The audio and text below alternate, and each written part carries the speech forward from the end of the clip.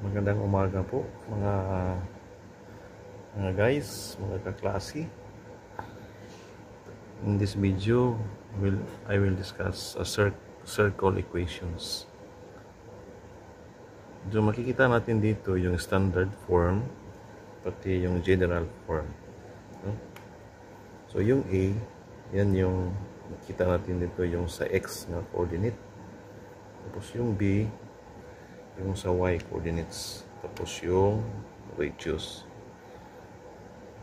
So sa general form, pag sa standard form ay mayroon na siyang value yung E at saka B at saka yung radius. So makakuha tayo, pag i-expand natin, makakuha tayo ng general form. Okay, sa first example, what is the equation of the circle in a general form? So nakita natin kanina yung general form. So i-expand natin, no?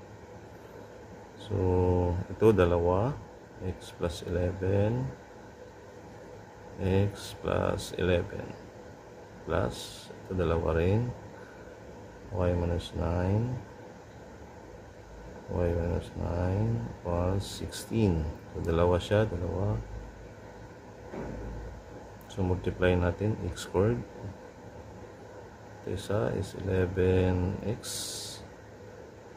Dito na naman, plus 11x plus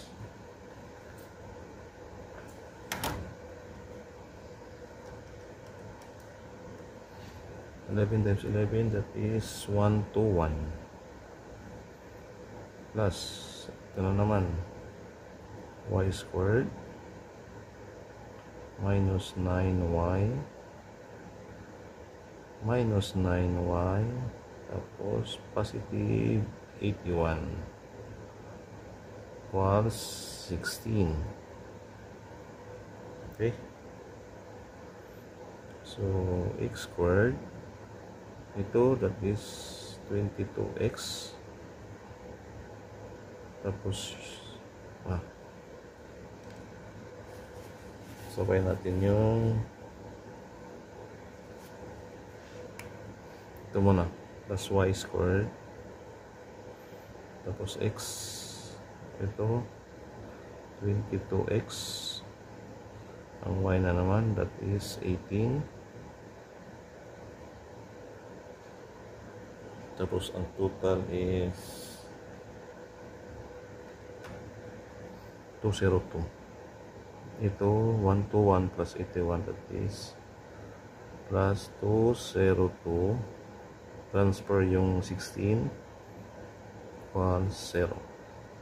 Okay, so x squared plus y squared plus 22x minus 18y, 202 minus 16,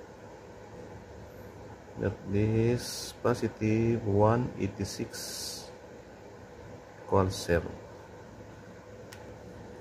Second example, what is the equation of the circle in general form? So same pa rin kanina sa sample 1, i-expand natin yung standard form. So that is squared, so dalawa, so x minus 2.5 x minus 2.5 plus ito y plus 3.5 kasi dalawa siya, square, so dalawa rin equals 10. Okay, so multiply x squared minus 2.5x tapos ito minus 2.5x as negative, that is positive. 2.5 times 2.5 plus 6.25. Okay, so next na naman, plus y squared plus 3 y times 3.5, that is 3.5y isa plus 3.5y. Tapos next plus 3.5 times 3.5 to 12.25 equals 10.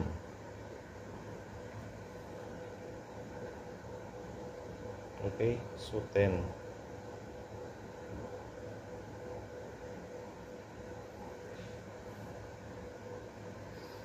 So simplify natin. So x squared, yung y squared, tapos yung x 2.5 o 2.5, that is 5x. Ang y na naman 3.5 plus 3.5 positive 7y. Tapos ito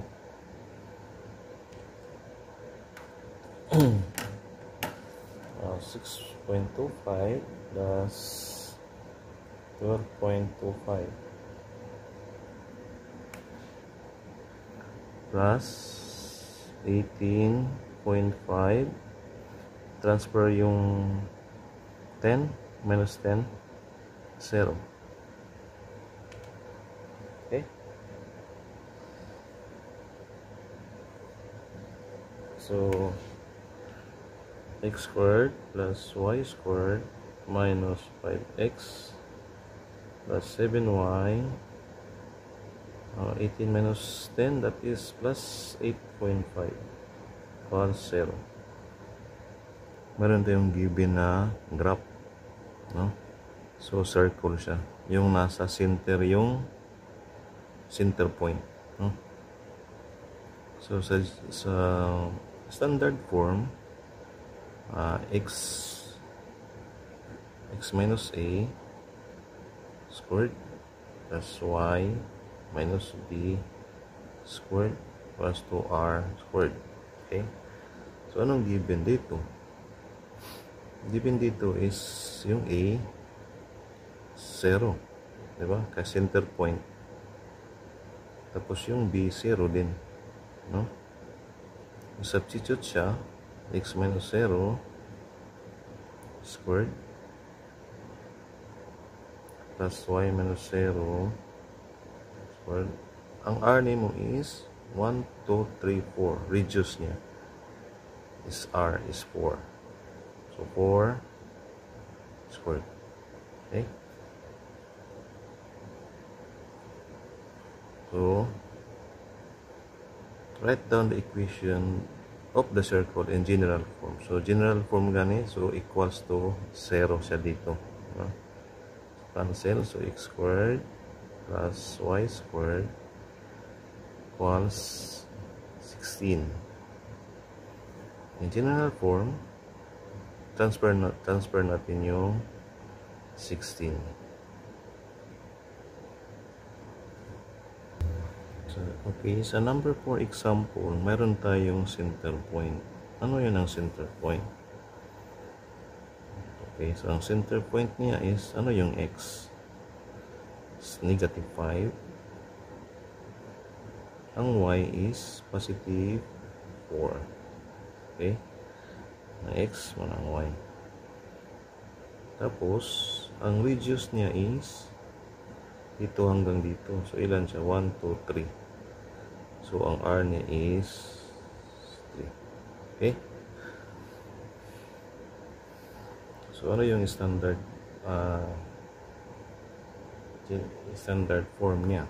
Standard form is x minus a squared plus y minus b squared equals to r squared. Okay, we substitute the value. A is, so negative siya, negative, so positive 5 plus y, negative b, yung b nimo is 4, so negative 4 squared, ang reduce is 3. Yeah? Okay, so expand natin para gawin natin general form. So Yun pa rin, x plus 5.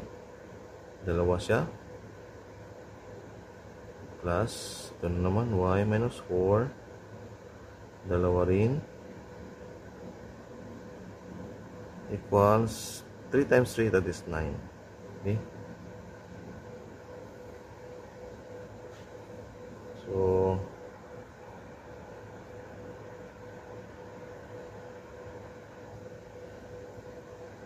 x times x equals x squared. Dito, that is plus 5x. Kabila na naman, plus 5x. 5 times 5 plus 25. Ang y na naman, plus y squared. Minus 4y. Kabila na naman, minus 4y. 4 times 4, that is positive 16 equals to 9. Okay? So, unahin natin para maging general form, x squared plus y squared. Next na naman, that is plus 10x. Tapos yung y minus 8y. So, 25 plus 16. Plus 16. Wait. 41. Plus 41. Tapos transfer yung 9 minus 9. 0. So, answer is x squared y squared plus 10x minus 8y. So, plus minus 9, 32. So, okay, sa number 5 example, a circle has center 3 of negative 5 and the point negative 1 and negative 8 lies on the circumference of the circle. What is the equation of the circle in standard form? So, ano yung standard form? X minus a squared y minus b squared. So, meron tayong center. Itong 3 at saka negative 5. So, yan ang a. Ang negative 5 na yan ang b. So, pero wala yung radius. Saan mo rin makikita ang radius? But meron siyang given na point. Ito yung x, ito yung y. Okay? Ito yung center, ito yung point yung isa para sa x and y. So, substitute natin. Yung x is negative 1. Sa center niya ang a is negative 3. Okay? Squared. Plus, ang y natin is negative 8. Tapos, b natin is negative 5. So, negative, that is positive 5 squared. So, solve muna natin yung radius. Okay? So, negative 1, negative 3, that is negative 4. Times, so dalawang negative 4, that is positive 16. Yung isa, negative 8 plus positive, negative 3. Negative 3 times negative 5, that is positive 9. Plus 2r squared. Okay, so 25 yung r squared.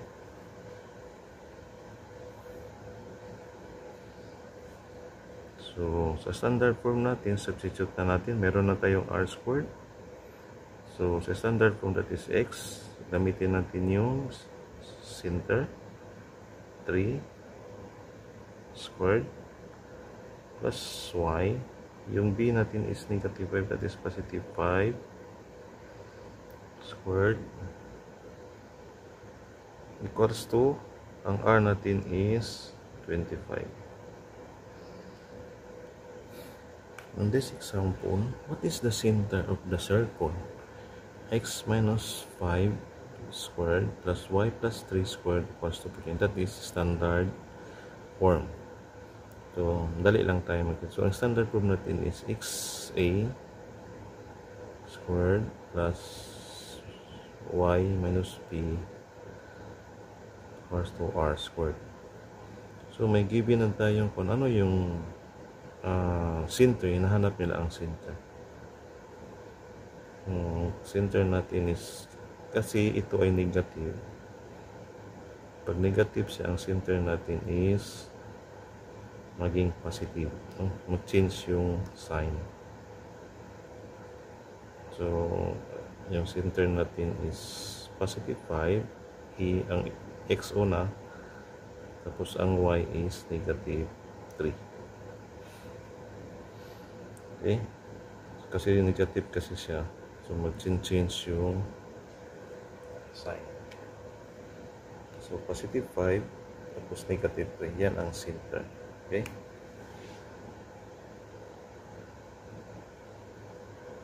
Okay, next example.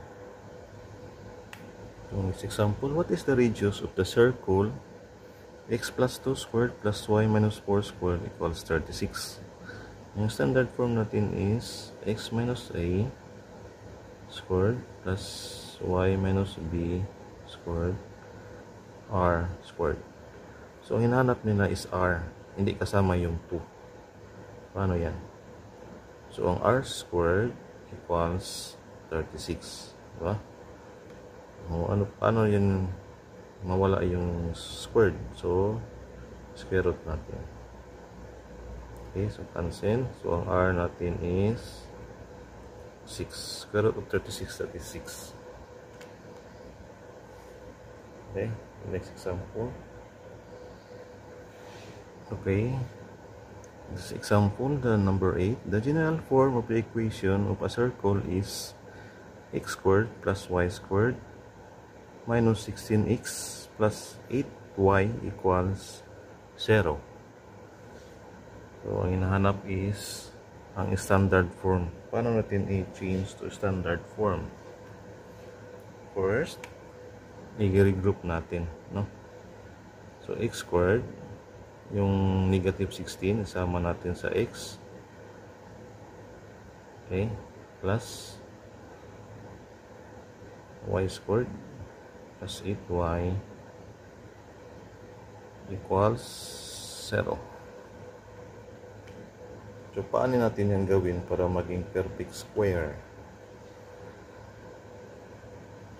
Okay, so x squared minus 16x. Paano siya perfect square? Yung 16, i-divide natin lang ng 2. Yung 8.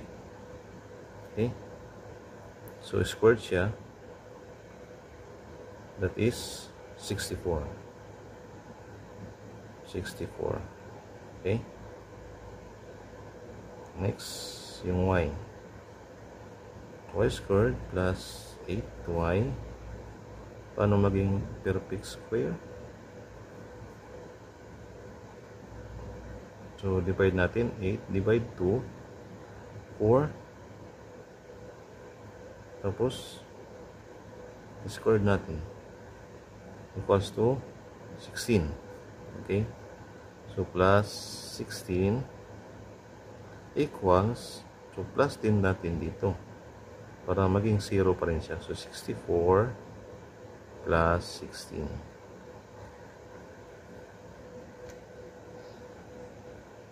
Okay,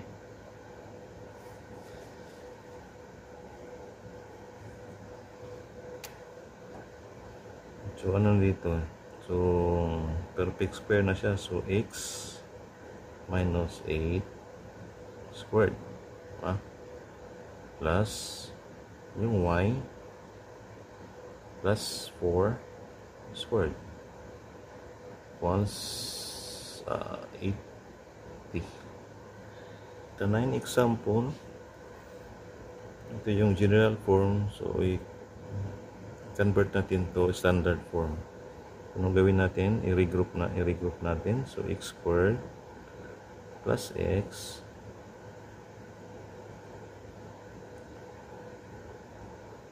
plus y squared plus 3y.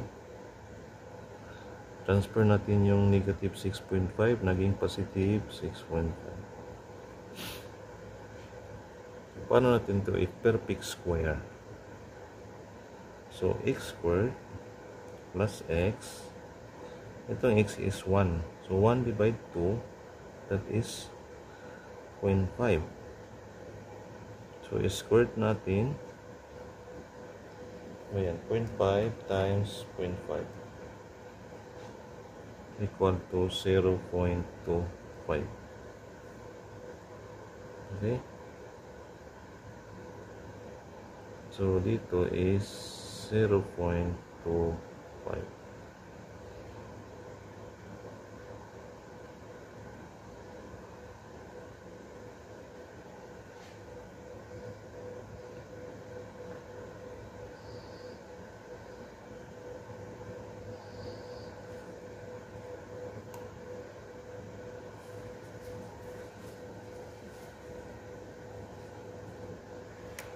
Next, so ang y squared plus 3y plus, so sa 3y, 3 divide 2 para maging perfect square, that is 1.5. 3 divide 2 tapos is squared, 1.5 times 1.5, 2.25. So i-add natin 2.25 equals 6.5.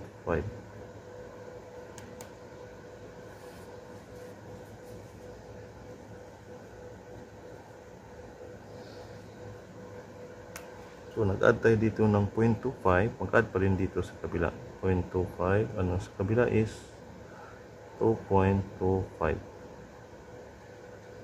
Okay, so ano to, pag perfect square siya, perfect square na siya, so x plus 0.5 squared, diba? Plus y, that is plus 1.5 squared, diba?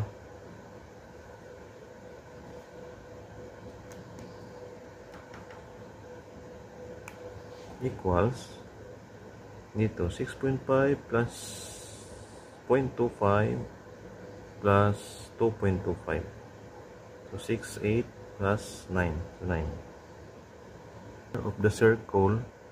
So ang gawin natin, regroup natin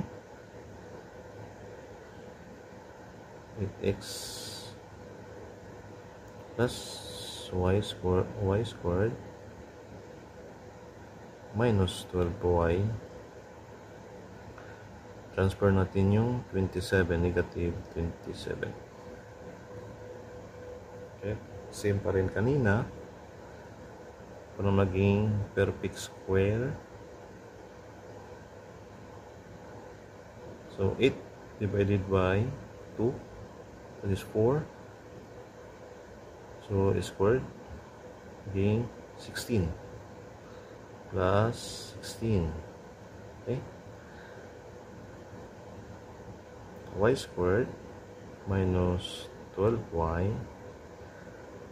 so 12 divided by 2, 6 squared, that is 36, so plus 36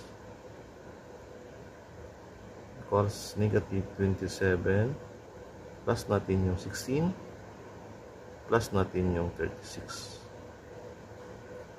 Okay, so perfect square na siya. So x plus 4 squared, yung y kasi negative siya, so 36 is minus 6 squared equals, so negative 20, negative 27,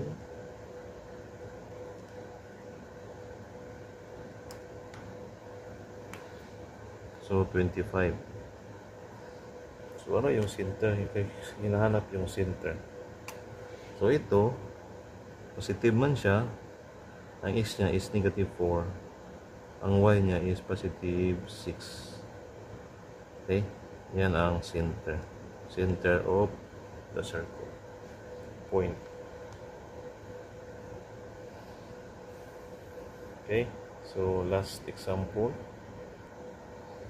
Okay, last example. What is the radius of the circle x squared plus y squared minus 6x plus 14y minus 23 equals 0?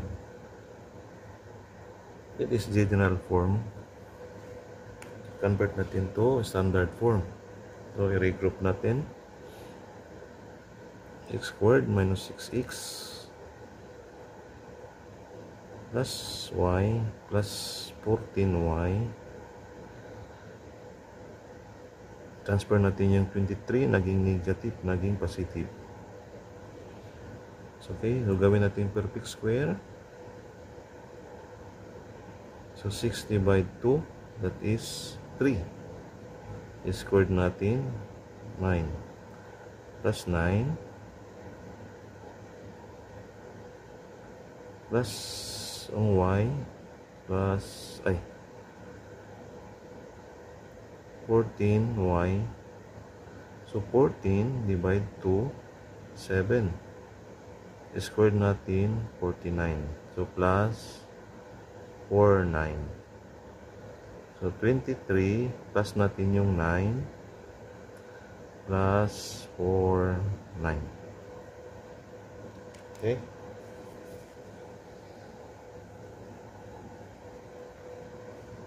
So, perfect square na siya. So, negative, that is negative 3 squared. Ito, y. 49, that is plus 7 squared. Tapos, 23 plus 9 plus 4, 9. 81. So, ang hinahanap natin is radius. Ito ay r squared.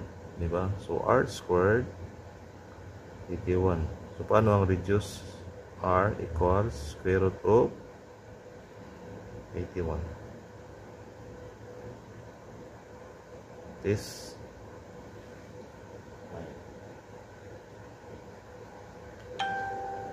so, ang radius natin is 9. Okay? So, thank you very much.